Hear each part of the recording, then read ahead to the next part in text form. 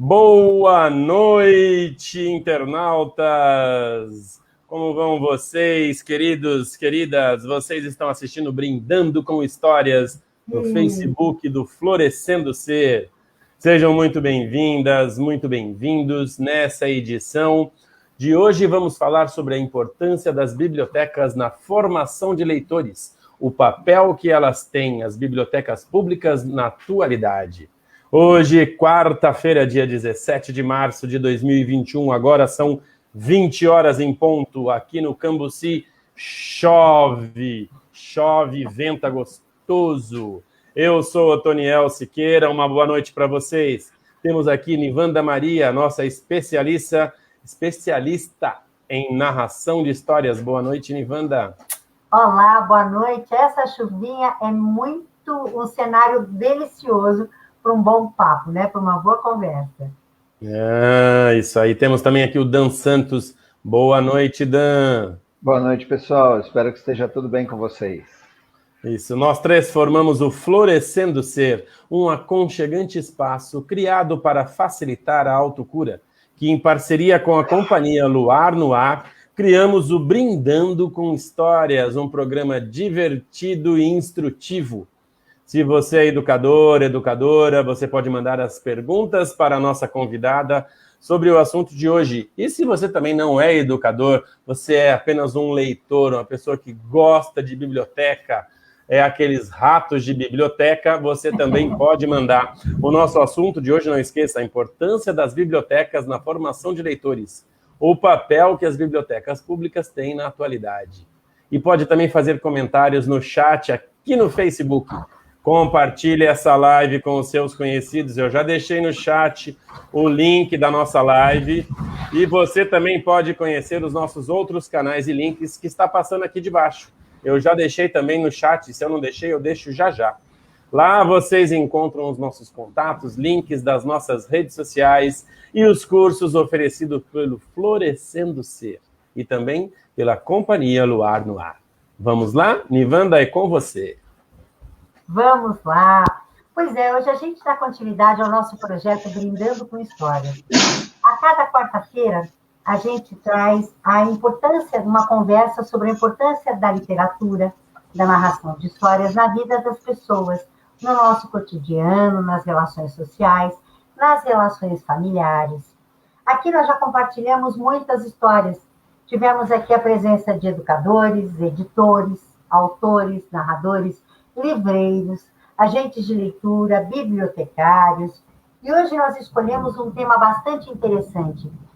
No tema de bibliotecas, a gente teve a Rosa Cleide, né? A Rosinha, nossa super parceira.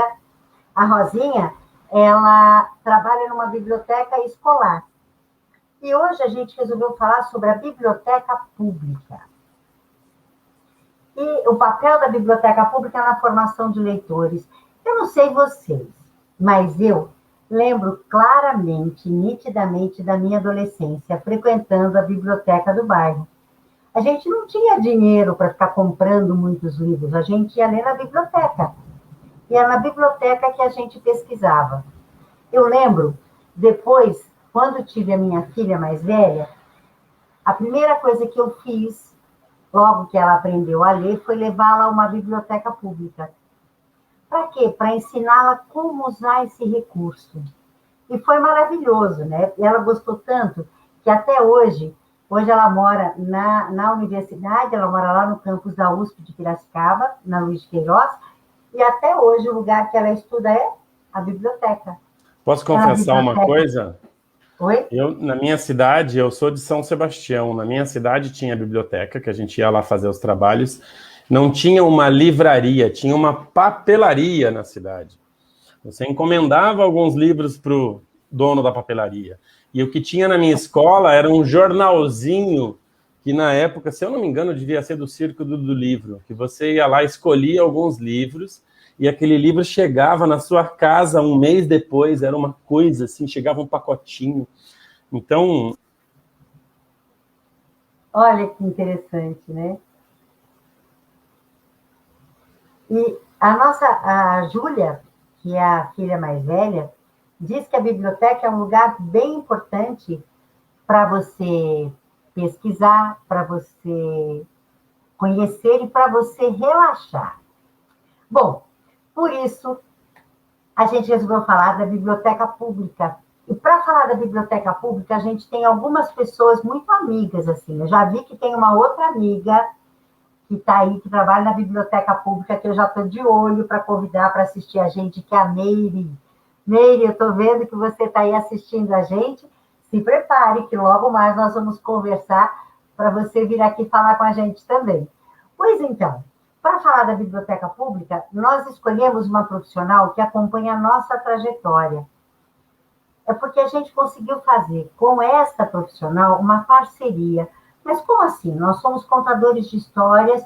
Como que é essa parceria? Gente, ela é uma das pessoas que diz que biblioteca não é só um lugar para você pesquisar, ler e estudar. É um lugar, uma oficina de ideias. E aí ela tem muitas experiências para compartilhar com a gente. Mas vamos conhecê-la um pouquinho mais. Ela é bibliotecária, mestre em Ciência da Informação pela ECA, USP, para a Escola de Comunicação e Artes, com toda a sua formação em escolas públicas. Ela é coordenadora da Biblioteca Pública Hans Christian Andersen, que é uma biblioteca já escolhida, especializada na temática de contos de fadas. E é localizada no Tatuapé. E desde fevereiro do ano passado, ela também trabalha como bibliotecária na Biblioteca Pública Paulo Duarte, que tem a temática em cultura afro-brasileira, que fica no bairro do Jabaquara. Vocês sabem que interessante que essa biblioteca que fica lá no bairro do Jabaquara tem a temática afro-brasileira, porque sabe o que significa a palavra Jabaquara? É o lugar dos fugidos. O bairro chamava lugar de fugidos, né, Daniel? Que é justamente que tinham caminhos no Jabaquara onde os escravos fugiam. Mas ela não fugiu, gente. Ela não foi para lá fugida. Bom, dos pais, a nossa convidada herdou a valorização das histórias folclóricas mescladas às histórias de vida, que vinham à mesa sempre com um sabor diferente, por mais que fossem requintadas as luzes delas e da falta de energia do bairro onde eles moravam. Com o tempo, a curiosidade crescente virou amor. Amor aos livros. Assim como a vontade de contagiar as pessoas com essa paixão, porque ela acredita na potencialidade da literatura e da arte como um remédio, ou como diria Antônio Cândido, como um direito humano capaz até de transformar positivamente vidas. Com vocês, a nossa convidada de hoje, a Elisângela, a nossa amiga Elis, a Elisângela, a nossa amiga Elis da Rampa. Gente, boa noite a todos, Nivando, Toniel, Dan, a todos que assistem. Queria agradecer muito pelo convite, né, e por poder contar um pouco da trajetória e falar de um assunto que eu amo, né, as bibliotecas públicas. Bom, eu não venho de uma família leitora, né, mas eu tive a felicidade de ter na primeira infância a mais rica biblioteca humana, que foram os meus pais, né? Através da música, através das brincadeiras folclóricas, e isso, né, vale muito. Então, eu lembro muito do meu pai. Tá um delay, né? Não, pode falar.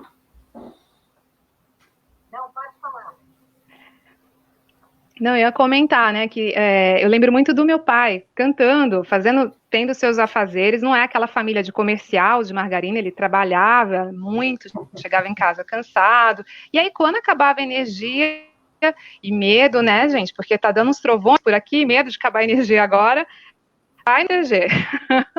Santa Clara vai nos proteger. Médicos cantando, olê, mulher, render. Olê, mulher, renda, tu me ensina a fazer renda, que eu te ensino a namorar. Enfim, aí vem essas lembranças boas e de brincadeiras, né? São familiares, textos que unem a família. Sabe aquela brincadeira? Dedo mindinho, seu vizinho, maior de todos, furolo. Enfim, Mas foi na casa da vizinha, que era minha madrinha, e as filhas tinham um tesouro ali, que são os livros. Não era assim uma biblioteca, era uma estante, e aí na parte de cima ficavam os livros de literatura, e embaixo ficavam os livros didáticos e gibis, né? Criança, nossa, eu comecei assim com a Turma da Mônica, e muito engraçado que hoje os meus filhos adoram também. E elas perceberam que eu gostava tanto que me presentearam com uma caixa de gibis da Turma da Mônica, com tesouro. Bom, e aí eu acho que mora um pouco a raiz da bibliotecária, né? Porque eu guardei aquilo, na verdade eu não guardei aquilo, eu emprestava para as vizinhas, para as amigas, a gente estava muito na rua, era uma outra cidade, uma outra época, né? E brincava na rua, emprestava, cobrava também a devolução do meu tesouro, dos gibis, e compartilhava.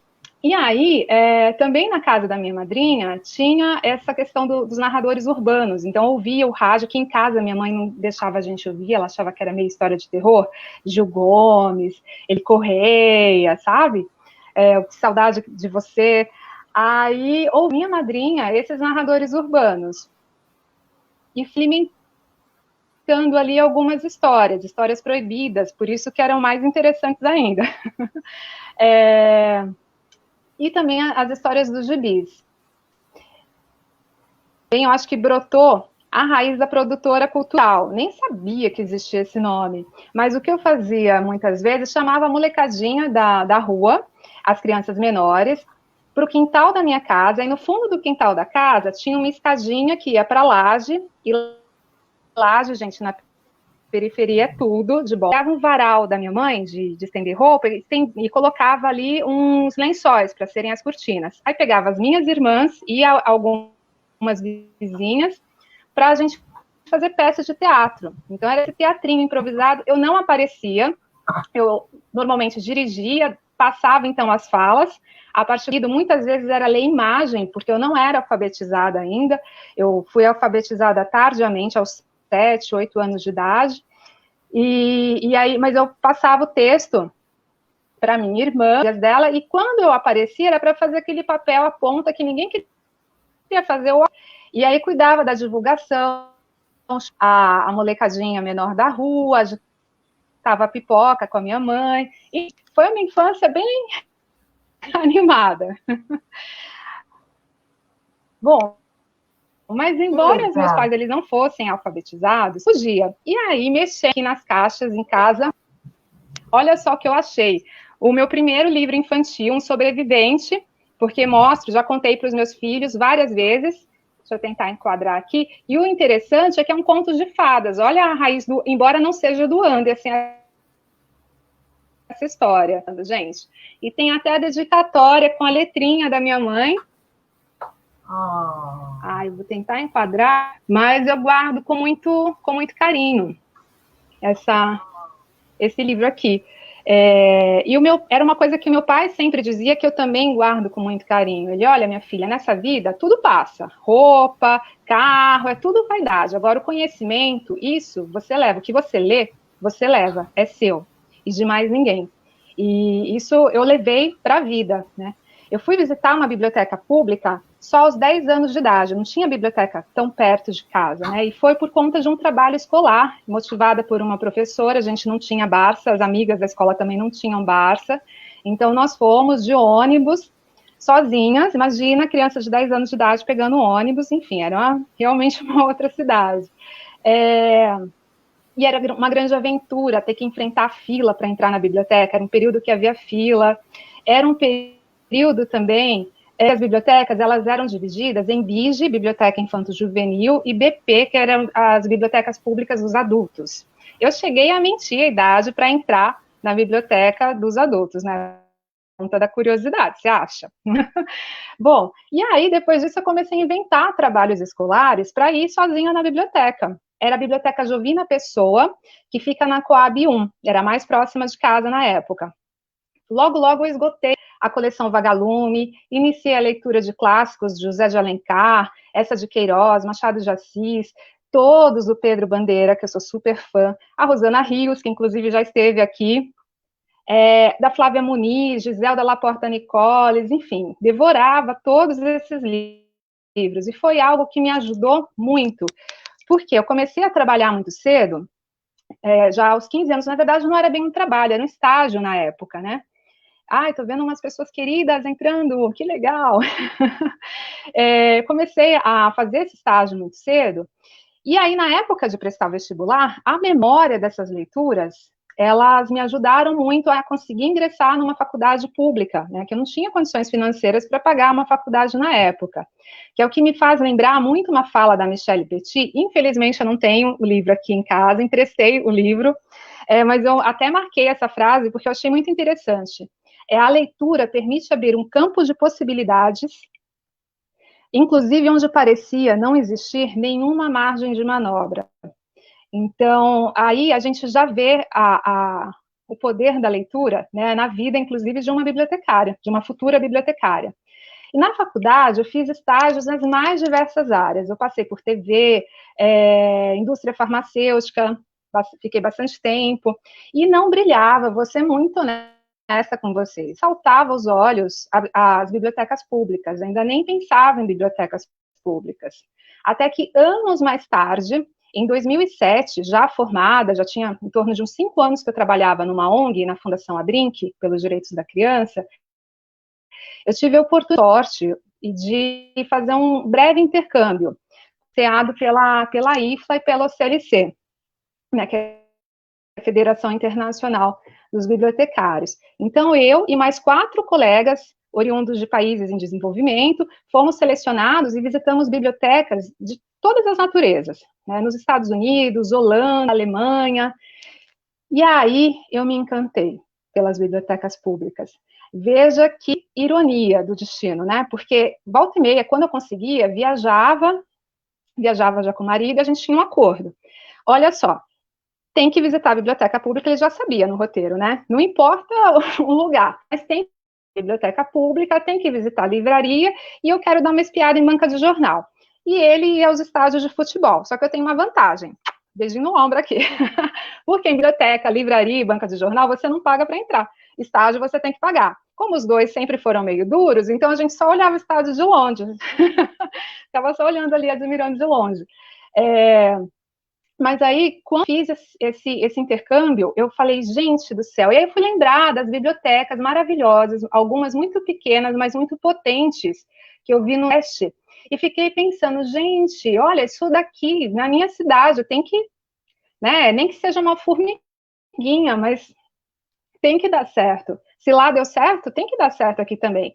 E encontrei várias formiguinhas quando eu passei no concurso, um formigueiro, porque tem muita gente dedicada, graças a Deus, ainda bem que tem, né? Então, eu prestei o concurso na Biblioteca Monteiro Lobato, logo no começo, e aí, na sequência, eu fiquei uns 6 meses, depois eu fui para a Biblioteca Mário de Andrade, fiquei lá 5 anos. Quando eu estava para voltar de licença maternidade, eu recebi um convite das funcionárias, que disseram que, olha, a gente está sem coordenação agora. Eu, sério? Nossa, nem parecia. Você não quer vir para cá? Era perto de Natal. Aí a Ivânia, uma amiga super querida, ela, eu vou fazer esse meu pedido para o Papai Noel. E aquilo me sensibilizou, fiquei pensando, falei, quem sabe, né?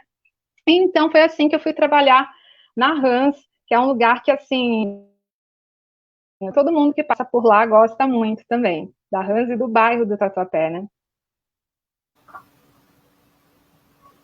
Legal, Elis. Elis, define para a gente um pouco, depois de toda essa viagem toda, hoje, como é que você definiria o papel da biblioteca pública?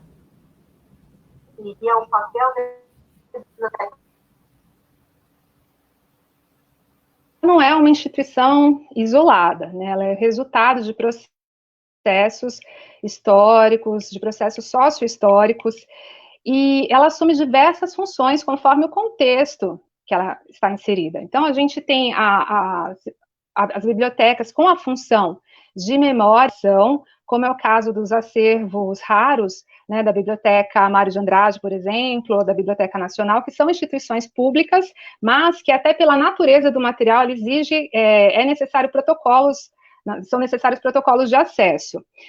E agora a gente tem a biblioteca, que normalmente nós imaginamos, né, que é para empréstimos de livros, mas ela é muito mais do que isso.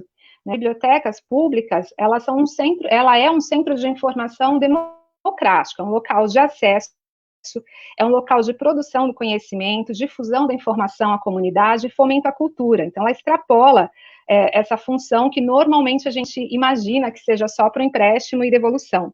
E ela é entendida como uma instituição social porque ela cumpre esses propósitos de educação, cultura, lazer, informação. Os estudiosos da área, eles falam muito em pé, né, que é o acesso, a mediação, espaço, e né, que essa esse seria de função da biblioteca. Só que no Brasil, o senso comum ainda reduz o armazenamento de livros, né? Vocês citaram, eu nas minhas viagens também percebi exemplos muito bacanas, inspiradores, mas não são. E vale lembrar, citando novamente a Michelle Petit, que um conhecimento, um patrimônio cultural, uma biblioteca, eles podem se tornar letra morta se ninguém lhes der vida. E quem que dá a vida? É o bibliotecário, mas é também o vigia, a moça que faz a limpeza do espaço, quem atende no balcão, quem também faz as compras, quem dirige o sistema municipal de bibliotecas, né? Então, todas essas pessoas, elas fazem a mediação, que é uma parte importante da biblioteca pública, né? Então, a biblioteca, ela precisa desses mediadores que funcionem como uma ponte entre o acervo, o espaço físico, que a gente espera que seja aconchegante, né? E o território. Então, é o mediador que vai apresentar todas as possibilidades, aguçar a curiosidade, ajudar a extrapolar os muros impostos por uma sociedade que olha a leitura ainda destinada a quem tem tempo, né? É um luxo para qualquer pessoa, é um luxo, porque o tempo é um bem precioso nos dias de hoje, não é mesmo? Então, ou ainda a leitura como um bem, ou como algo utilitário, a leitura para as provas, para uma finalidade específica, sem enxergar, sem perceber todos os tijolos e alicerces que a boa leitura constrói ao longo de toda uma vida. Bom, e a gente deveria usar mais as bibliotecas públicas, né? É claro que é muito bom comprar livros. Eu compro livros, assino clubes de leitura, compro de editoras, compro de livrarias, mas a gente precisa aproveitar as bibliotecas públicas, porque é um direito nosso, né? A gente paga os nossos impostos, então eu vou na biblioteca, eu vejo lá, poxa vida, na minha biblioteca não tem mulheres que correm com lobos, foi emprestado. Não é esse, tá, gente? Esse aqui é de outra. Então eu peço, a gente tem que pedir mesmo os livros que não tem na biblioteca para que tenham, né? E cobrar isso, porque é um direito nosso. E a gente viu nas lives, eu tenho acompanhado, vi as lives da Rosinha, da Márcia Leite, da Rosana Rios, né, falando como as bibliotecas públicas foram importantes na trajetória delas, na trajetória de vida delas. Não sei se eu consegui responder. Ó, só vou explicar para o nosso público aqui, Elis, por que a gente está fazendo essa conversa meio... ela fala, a gente fica quieto, porque a gente tem um problema de eco e de delay. Então, não dá para fazer muito assim uma conversa. Ela falar, a gente falar, ela falar, a gente lá, senão vai ficar uma conversa de louco aqui. Mas eu acho que é isso, a gente tem que fazer isso mesmo. Na hora que você acabar de falar, você fala assim, olha, encerrei aqui, para a gente poder não atravessar o que você está falando, né? Beleza? Legal. Eu tenho uma pergunta então, Elis. Como que a Andersen se tornou referência no desenvolvimento de atividades culturais? No desenvolvimento de atividades culturais.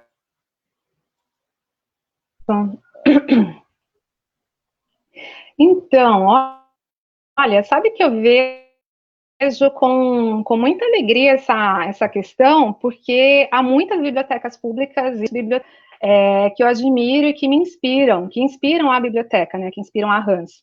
Aliás, dia 12 de março foi dia do bibliotecário, Engraçado que essa live, né, tem umas datas, eu acho que não são coincidências, é uma sintonia, porque dia 12 foi dia do bibliotecário e dia 20 é Dia Internacional do Contador de Histórias, então já parabenizo vocês e todos os contadores, né, que eu sou muito grata a todos eles, né. E aí, foi no dia 12 de março, já no final da noite, eu já estava cansada. Daí eu recebi um repost da Renata Rossi, que é uma parceira querida da Hans, falando da editora Elis, você viu isso da editora Jujuba? E a editora Jujuba publicou um post indicando 6 bibliotecas são nas redes sociais. Eu acho que até, né, a imagem do post. Mas eu vou falando aqui, tá? Então, eu acho que a Hans, ela tem até no seu próprio patrono essa magia, carrega já uma magia com o Hans Christian Andersen, que escrevia contos de fadas. Equipes que passaram pela biblioteca, que eu estou herdando isso, então eu tenho que fazer bem feito, eu estou herdando essa paixão de muitas gerações. A minha equipe que é uma biblioteca de 1952, viva da Hans, que eu preciso falar dela, que é a Neuza Prado Lima. Ela é um anjo da guarda, está ali há muitas décadas, ela não gosta que a gente fale o tempo que ela está na biblioteca, mas é alguém que aconselha, que puxa a orelha, que fala bastante, conhece o acervo muito bem. Então, eu acho que tem essa questão da equipe que a gente tem que considerar. A dona Maria Lúcia, que está lá há 10 anos, a Ivânia, ela promove muitas conexões entre artistas, contadores de histórias, com a Cícero, olha o luxo, a gente tem um poeta cordelista na equipe, que todo ano se renova, mas são pessoas sempre muito comprometidas. E eu preciso falar também da Alice Bandini, cultural, num período em que a Hans ela se tornou temática de fadas. Então, ela teve uma curadoria mesmo, é esse o nome, com a nossa programação, Olhar Carinhoso. Aí o Lália, que ficou 11 anos na coordenação da Hans, bibliotecária. Então, assim, a Luciana Mello, a Luba, são pessoas realmente muito comprometidas e que têm esse comprometimento, né? A diretora do sistema municipal, a Raquel, e toda a supervisão de bibliotecas, eles nos dão liberdade para a gente pensar, planejar, lógico, como qualquer instituição, existem hierarquias, converso com elas, olha, posso fazer isso, tem uma live que é interessante, é conversado, mas a gente tem liberdade, né, e liberdade, atualmente, é algo precioso.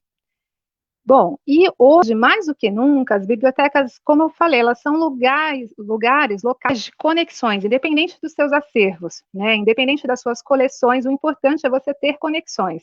E muitas pessoas que fizeram as formações na Hans, elas depois retornam, que é o caso, bom, vocês, por exemplo, né, já fizemos várias parcerias ali na biblioteca, e ações muito bacanas, com o educador, com as crianças.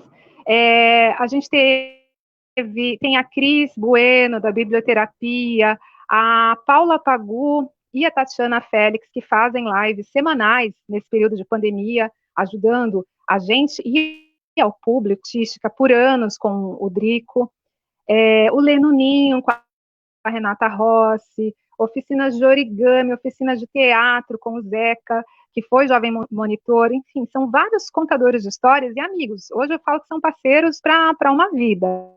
Né? Ter falado da Hans e desses parceiros é muito gratificante.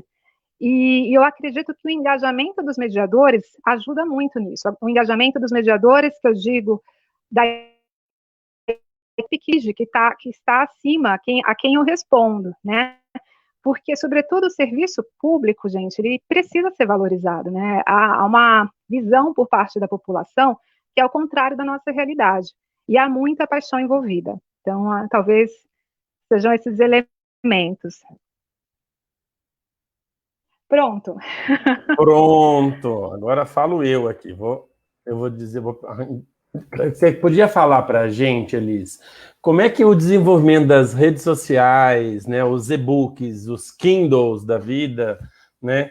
Como é que a biblioteca está se reinventando, né? Porque tem muito... Quando começou o smartphone, aqueles Kindles que você baixa os livros, os e-books, tinham muita coisa que o pessoal falava que assim, bom, o livro vai sumir. Eu vejo que o livro não sumiu e com certeza ele não vai. Mas como é que a biblioteca está se reinventando para conseguir trazer esse público que adora um celular, adora ler no celular, enfim, como é que é?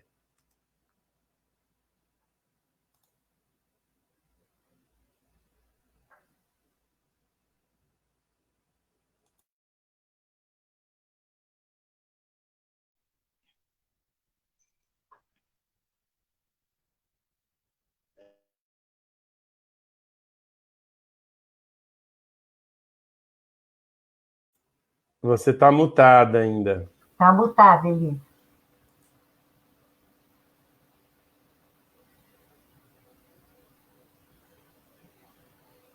Agora foi, né? É o desafio tecnológico, vocês estão vendo, né?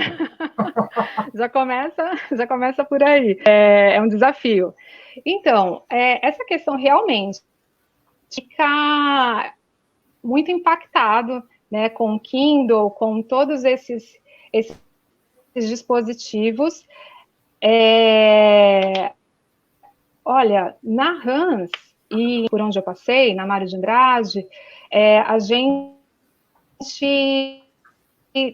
Eu sei que, assim, teve vários estudos, mas são equipamentos que, para você emprestar, ainda são caros. Depois você tem a questão da licença também, dos livros, do conteúdo. Então, essa questão ainda é um desafio, né, em termos de custo mesmo, pelo que eu percebo, embora haja estudos. Agora, nesse momento, o que tem no site do Sistema Municipal de Bibliotecas, você tem uma relação de muitos livros ali em PDF. Você pode fazer a leitura em PDF, né? Mas ter esses dispositivos para empréstimo, aqui no Brasil a gente, aqui no Brasil não, na Hans ou nas bibliotecas que eu conheço, as municipais, a gente ainda não tem. Eu não posso falar por todas, né? Não posso falar pelo sistema municipal, mas o que eu entendo é que é um desafio, há vários estudos, mas tem uma barreira econômica, de custo mesmo, que envolve. Porque há tantos outros títulos impressos, né, do mercado editorial, e até para apoiar esse mercado editorial, que a gente vê ali como interessante, né, para ter no acervo, há tantos pedidos do livro impresso que sobressaem ainda, mas, enfim, como este de pandemia, aí que vem um outro X da questão, né, porque é um momento delicado, né, pensar que quando você está impossibilitado por um decreto municipal necessário, né, para você acessar os livros ou de realizar uma função básica que é o empréstimo, porque o papel ele pode ser condutor do vírus, isso que neste momento para a gente pega bastante, que são grandes desafios, né, são dilemas que nunca foram antes imaginados, nem na ação a gente pensava uma situação dessa, nem Saramago pensaria algo como está acontecendo agora, que impacta as bibliotecas, impacta os artistas, né, de um modo geral. E aí, diante desse cenário, que a tecnologia ela aparece como a única solução para o combate ao isolamento social, e eu até acho que é mesmo, a gente, na Hans, a gente tem dado um passo atrás. Calma, que eu vou explicar.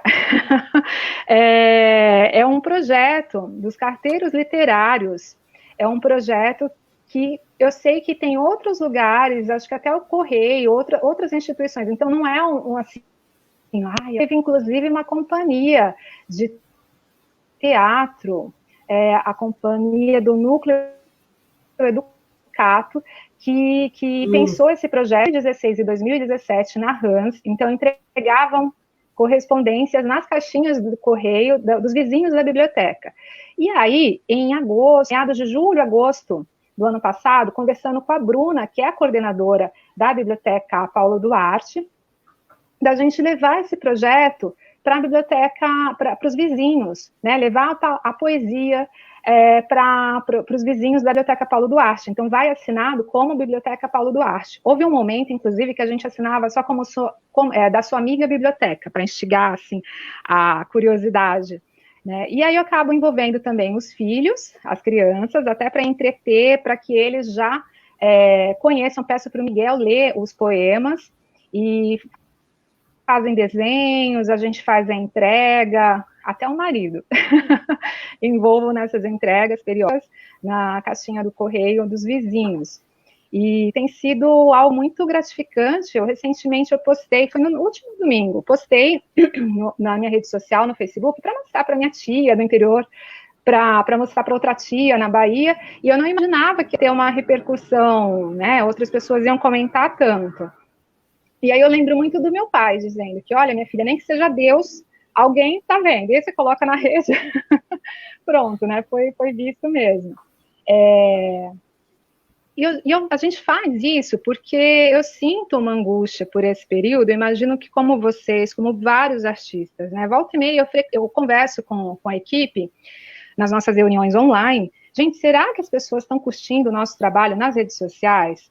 Dá uma sensação de invisibilidade na pandemia que, assim, se as bibliotecas já tinham essa sensação, agora aumentou muito. E bate muita preocupação se os leitores que frequentavam as bibliotecas, eles estão frequentando as redes sociais nesse momento. Pensando na dona Silvia, que é uma senhora que ia toda semana, várias vezes na biblioteca, lia muito. Como é que ela está nesse momento? Será que ela está lendo? As mães e os pais com as crianças no PIA, que é o Programa de Iniciação Artística. E a gente sabe que algumas famílias têm um equipamento, né, um celular, um aparelho celular só. Será que essas pessoas, elas conseguem assistir a nossa programação? Algo que nos angustia muito. E aí, se por um lado eu quero emprestar os livros, a gente nunca imaginou que ia ficar tanto tempo assim, eu quero emprestar. Mas, por outro lado, a gente tem os números do Covid, que a gente pode fugir deles, né? Não pode negar, que é algo assustador. Nós tivemos colegas, até me arrepio agora, mas a gente tem uma colega bibliotecária muito querida que faleceu. Outro colega, inclusive, da Jovina, que eu comentei há pouco, que foi a primeira biblioteca que eu frequentei, que faleceu também de Covid. Então, os números, eles ganham rostos, né, e rostos cada vez mais próximos. Então, eu não quero que a dona Maria Lúcia, a Neuza, que eu preciso falar, mesmo no período de pandemia, elas iam semanalmente à biblioteca. Eu também ia com alguns dias, mas não elas, né, que iam com muita frequência para organizar o acervo, receber os livros de compras, porque foram comprados. Enfim, eu não quero que passem por isso. Enfim, então a gente vive nesse dilema. E aí a gente vai procurando, então, alternativas, né? Então, a gente tem mandado mensagens diariamente para os aniversariantes, que são leitores da Hans, mensagens pelo WhatsApp, felicitando, e volta e meia a gente recebe um retorno, que bom! Por conta do isolamento, tem feito festa, enfim, é o isolamento necessário, né? Então, tem as lives de contações de histórias, que são semanais, a disponibilização dos livros online, que eu comentei há pouco, com os direitos autorais liberados. No Face da Hans, a gente sempre coloca o Pedro, que é o Jovem Monitor, pesquisa isso com muito cuidado. Inclusive, a gente fez uma parceria com duas bibliotecas muito queridas, a Biblioteca Raul Bopp e a Menotti do Picchia, e fizemos recentemente um clube de leitura secreto, agora não é mais secreto, para a gente poder discutir as nossas leituras, e aí discutimos esse livro maravilhoso da Clarissa Pintes, o Jardineiro que Tinha Fé, para nos fortalecer, né? Foi até um modo da gente, também em parceria com... Esse livro é fantástico. E o clube de leitura continua. Agora não é mais secreto, mas continua. Também fizemos com outras duas bibliotecas, a Paulo Duarte, um Jorge e a Cassiano Ricardo, que visita a Hans. A gente reúne os jovens monitores culturais das bibliotecas e os coordenadores, né, para fazer um bate-papo com outros bibliotecários que atuam em diversas esferas. Então, na semana passada, nós conversamos com a Erika Saito, que é uma bibliotecária brasileira, mas que vive nos Estados Unidos, para saber como que as bibliotecas públicas lá dos Estados Unidos estão lidando com a pandemia. Semana que vem, a gente vai conversar com a Sandra, que atua em biblioteca pública na cidade de Estrela, em Minas Gerais. Então, a gente tem que tentar seguir antenado no território local, né, e o global, pensando no que é possível fazer para adaptar, né, a nossa realidade. É isso. Eu queria, antes de mais uma pergunta, queria comentar, Elis, que eu acho que é super importante, a Rosinha está aí, a Rosa Cleide, que é bibliotecária do Colégio Marupiara, que é um colégio ali na Zona Leste, e onde eu contei histórias durante 13 anos. E lá a gente desenvolveu um projeto maravilhoso que foi o Caligrafia da Dona Sofia, o livro do André Neves, que era exatamente esse o objetivo da história, né? Onde ela passa a mandar poesia para todos os habitantes do lugar onde ela mora. E o quanto isso é reconfortante, o quanto isso é maravilhoso, você ganhar uma poesia de presente. Parabéns, parabéns, parabéns. E outra coisa que eu acho que a diferença é essa, né, Elis? É olhar em volta. Olhar em volta o que é possível fazer. É você sair da caixinha, né? É uma coisa que a gente fala muito no Florescendo Ser. A importância de você sair do quadrado, sair da caixinha. E olha, o que mais é possível? Olhem quantos projetos, olhem quantas parcerias. Parabéns, que trabalho maravilhoso.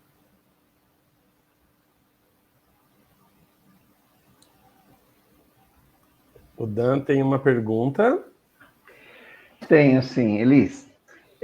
Qual a importância das histórias na sua prática profissional? Conta pra gente.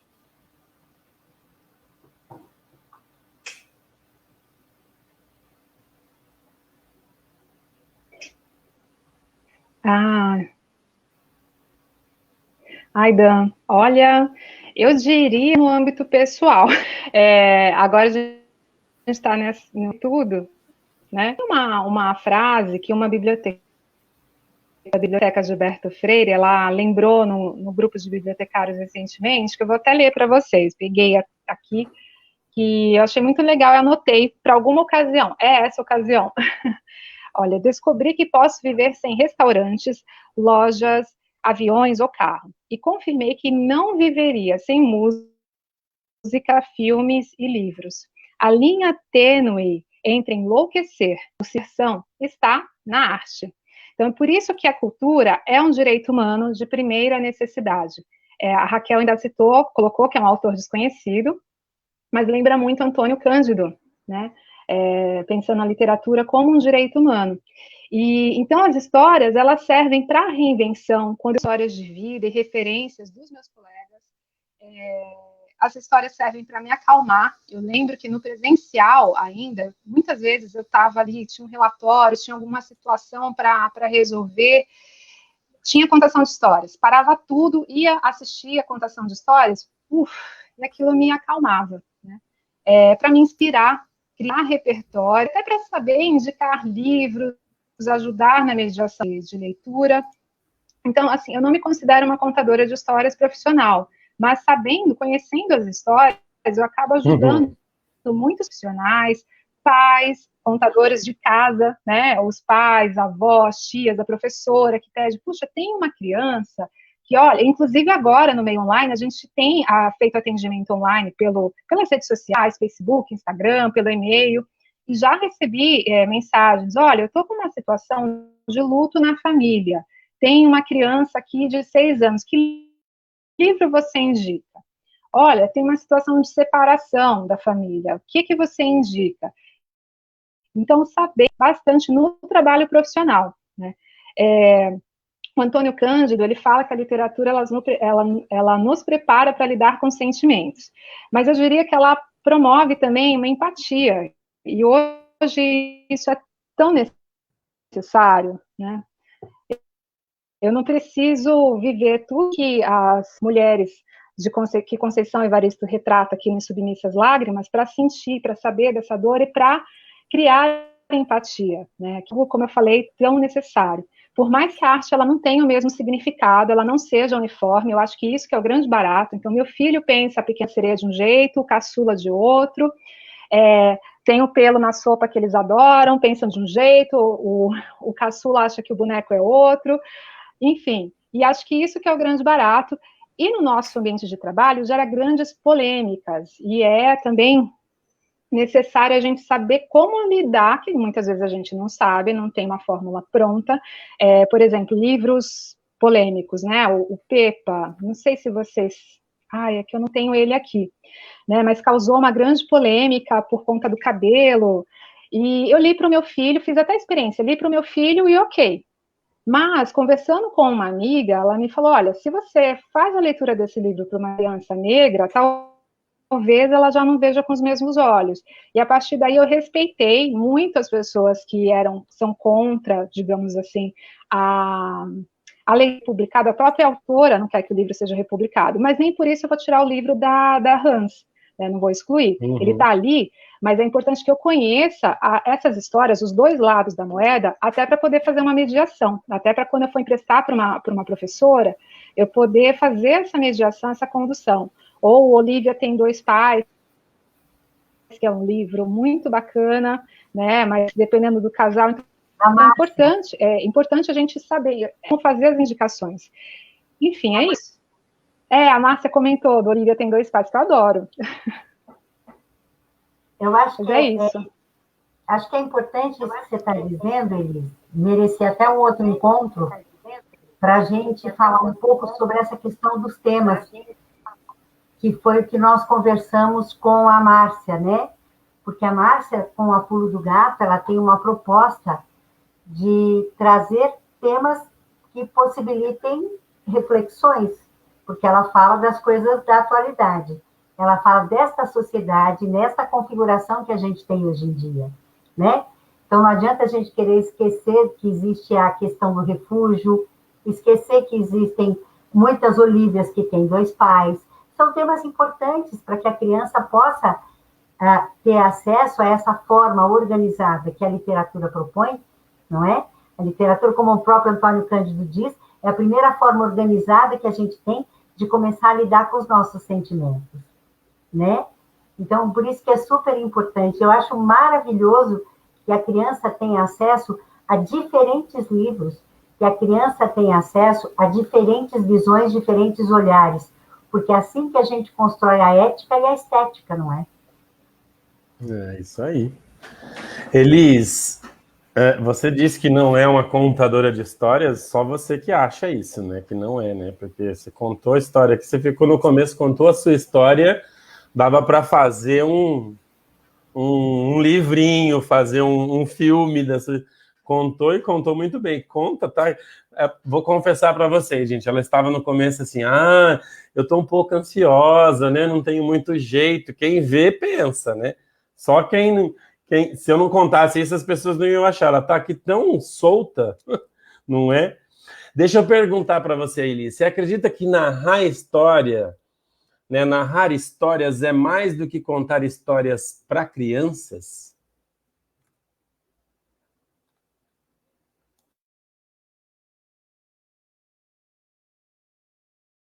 Deu uma falhadinha. Oi, Otoniel, é que... A minha pergunta... Deu uma... Eu vou fazer assim, ó. Uma travada aqui. Ó, eu vou fazer assim, ó, que vai ficar mais fácil. Você acredita que narrar histórias é mais do que contar histórias para crianças?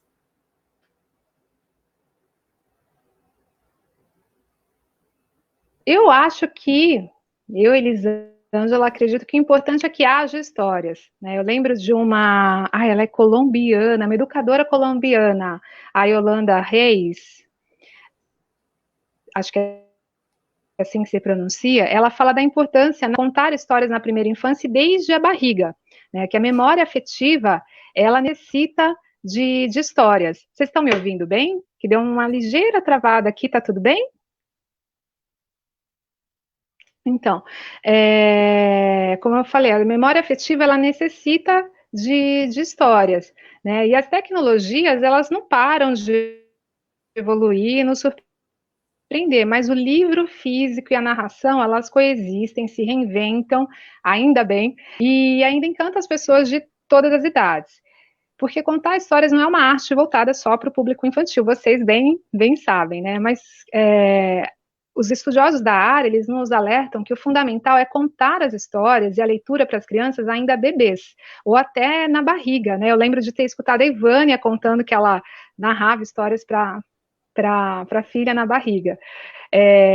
Porque assim você amplia o leque de sons, de palavras, as memórias afetivas, e aí, à medida que desenvolve o vocabulário, uma coisa muito interessante, eu noto isso aqui com os meus filhos, eu lembro de numa live, o Will Lambré, autor do Até as Princesas Soltam Pum, entre outros livros, eu sempre tenho livros dele aqui, porque meus filhos adoram, agora tá no outro cômodo, mas enfim, o Ilan Brema, ele fala que à medida que as crianças crescem, ganham vocabulário, as mordidas cessam, e eu vi isso claramente aqui com os meus 2 filhos, né, de fato, o pequenininho não sabe falar direito, como que ele reage? É com a mordida, vai criando vocabulário, né, o Celso Sisto, lembrei também do Celso Sisto, que é um ator e narrador. Então, ele testemunha as 2 facetas, ele sempre afirma que o texto é a figura principal. Não são os cenários, os adereços e figurinos, mas é a palavra. Então, apesar do foco da atenção ser sempre a história a ser contada, cada vez mais a oralidade, ela é necessária. Então, eu acho que o importante é ter histórias, sejam narradas, seja por contação, que haja histórias. Ai, gente, eu lembrei de uma coisa. Posso ler? É só um trechinho da Clarissa Pinkola Estes, um trechinho que eu acho que tem essa questão, a gente está falando de ler, mas acho muito importante ler o outro também, para saber contar histórias, e na biblioteca para saber o que oferecer. Então, olha só, é do Mulheres que Correm com Lobos. Esse daqui está judiado, não é da biblioteca Hans, mas é de biblioteca pública. Pronto, falei, contei. Olha só, diz assim: como guardiã dessas histórias, estudá-las ou não. Isso não depende de nenhuma lista de pré-requisitos específicos, mas de uma ciência da alma, de acordo com o dia e com o relacionamento. Eu digo isso, usei aqui a Clarissa, porque é isso, né? A gente precisa também saber ler o outro. Ler se aquele momento ele é o mais adequado ou não.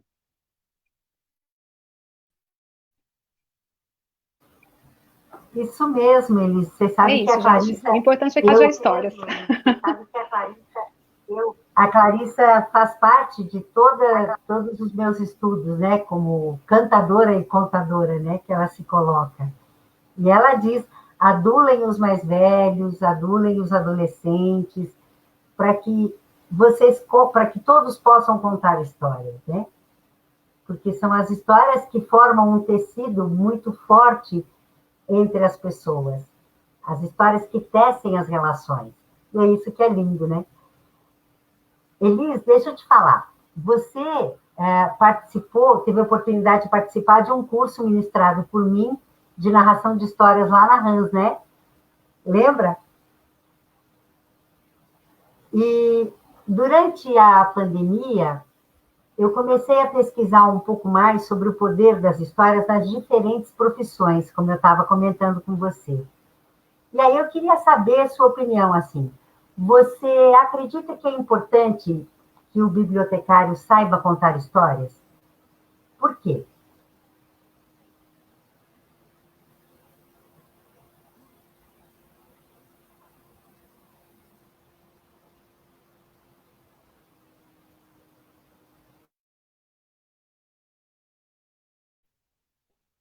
Demorei um pouquinho para desmutar.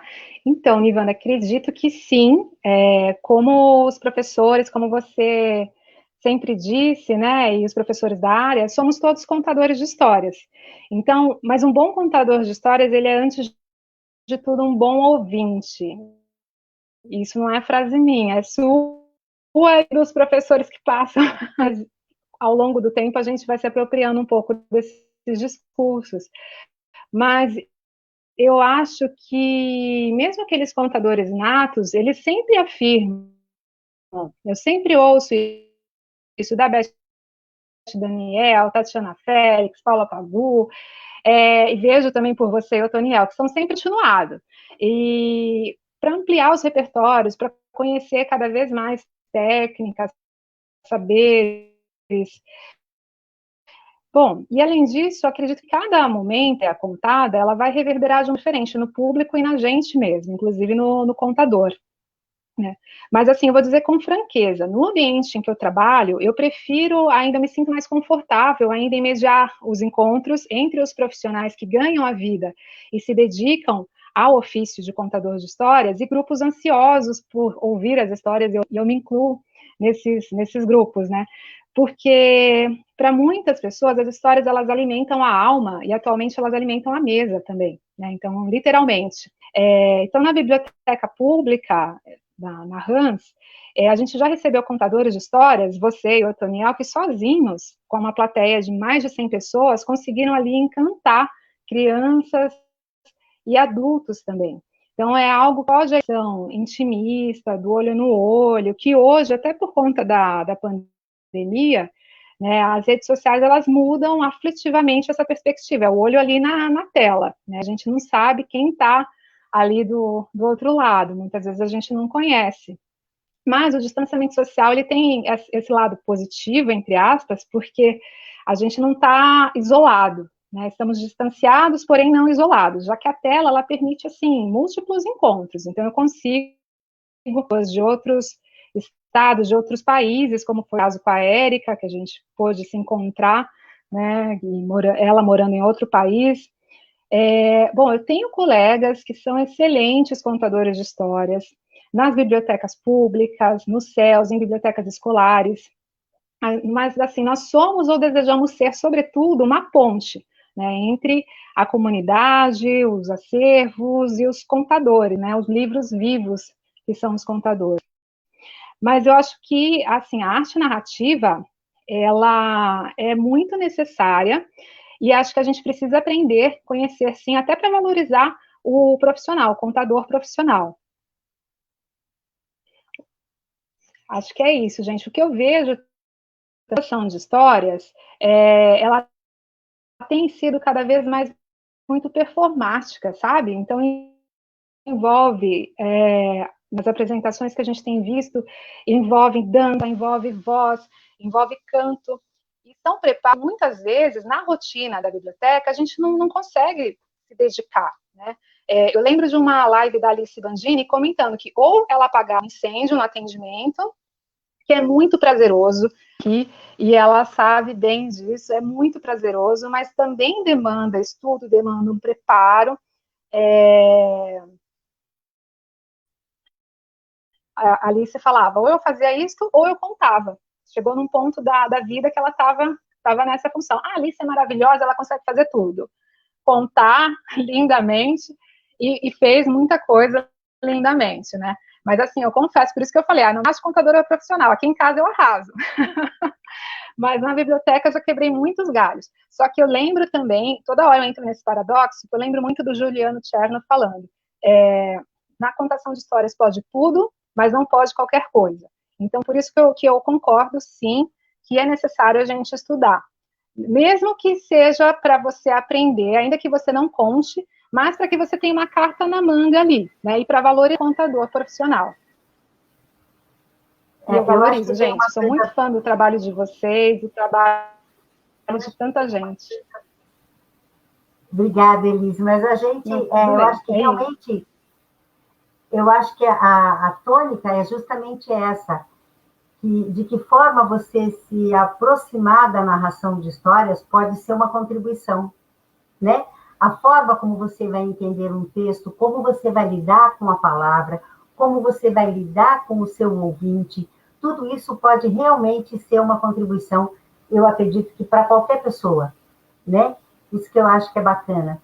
Para qualquer pessoa, mesmo que você e você não vai fazer disso a sua atividade profissional do dia a dia, mas você pode usar desta competência para a sua atividade como bibliotecária, né? É isso que você está dizendo, que é o que eu acho que é muito bacana, né? E eu também tenho visto muito, a gente tem visto muito essa coisa da narração de histórias diferente, tem muitos tipos de narradores, eu acho que eu trabalho mais com a palavra, acho que a questão da oralidade é super importante, trabalho muito eu e o Toniel, com cenário sonoro, mas eu acho que o mundo é isso, né? São várias oportunidades, várias opções, para que o nosso ouvinte possa mesmo poder escolher, possa se formar enquanto ouvinte, né? Isso aqui é bacana.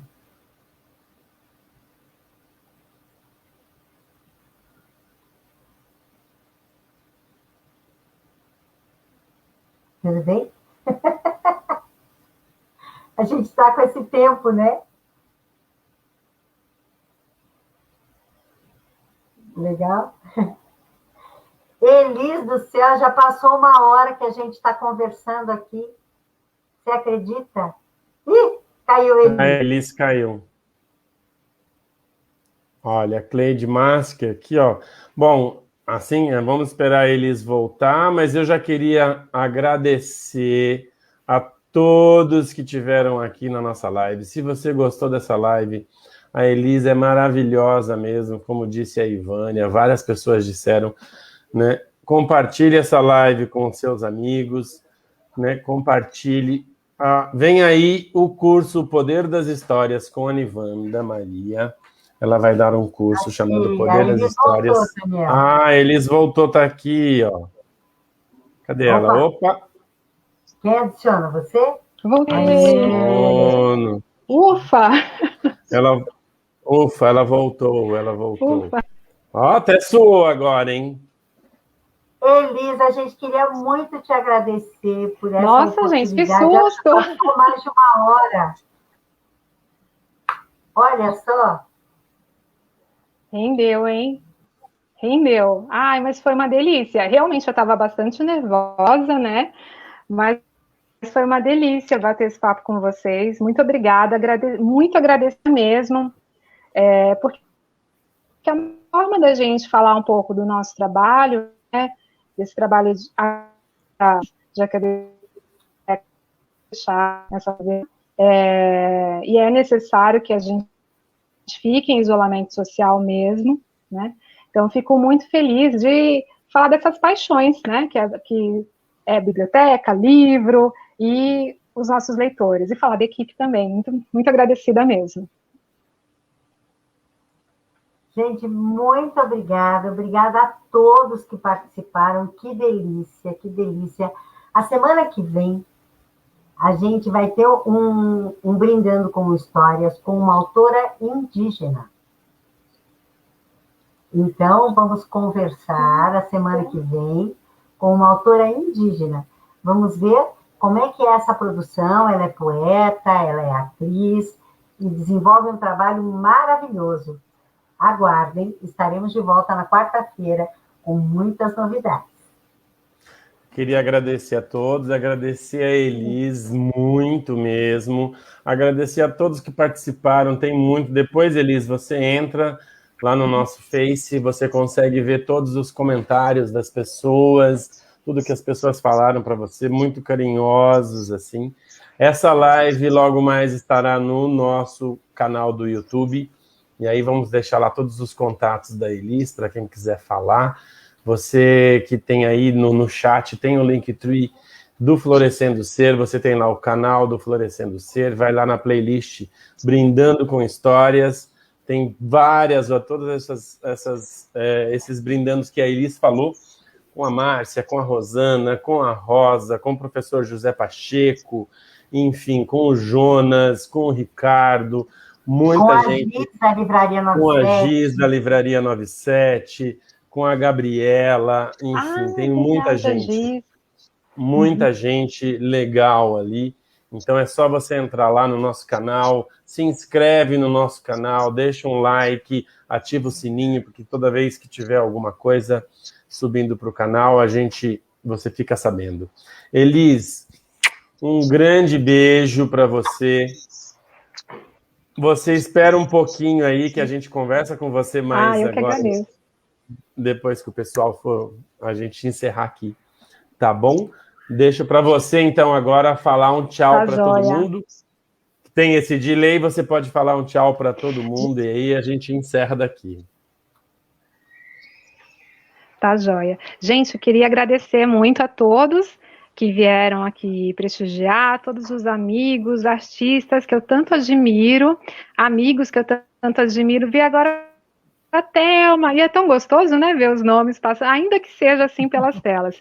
Agradecer muito a vocês do Florescendo, Toniel, Dan, me senti muito acolhida, muito obrigada, viu? E leiam, um recadinho, leiam bastante nesse período de pandemia, e cuidem-se, gente, por favor, cuidem-se, fiquem em casa, e se possível, aproveitar pelo menos uns momentos de lazer, né? Tudo nosso, mas vamos lá. Um beijo. Uma boa noite para todos. Até Tchau, mais. gente. Gratidão. Tchau, tchau. Tchau, tchau.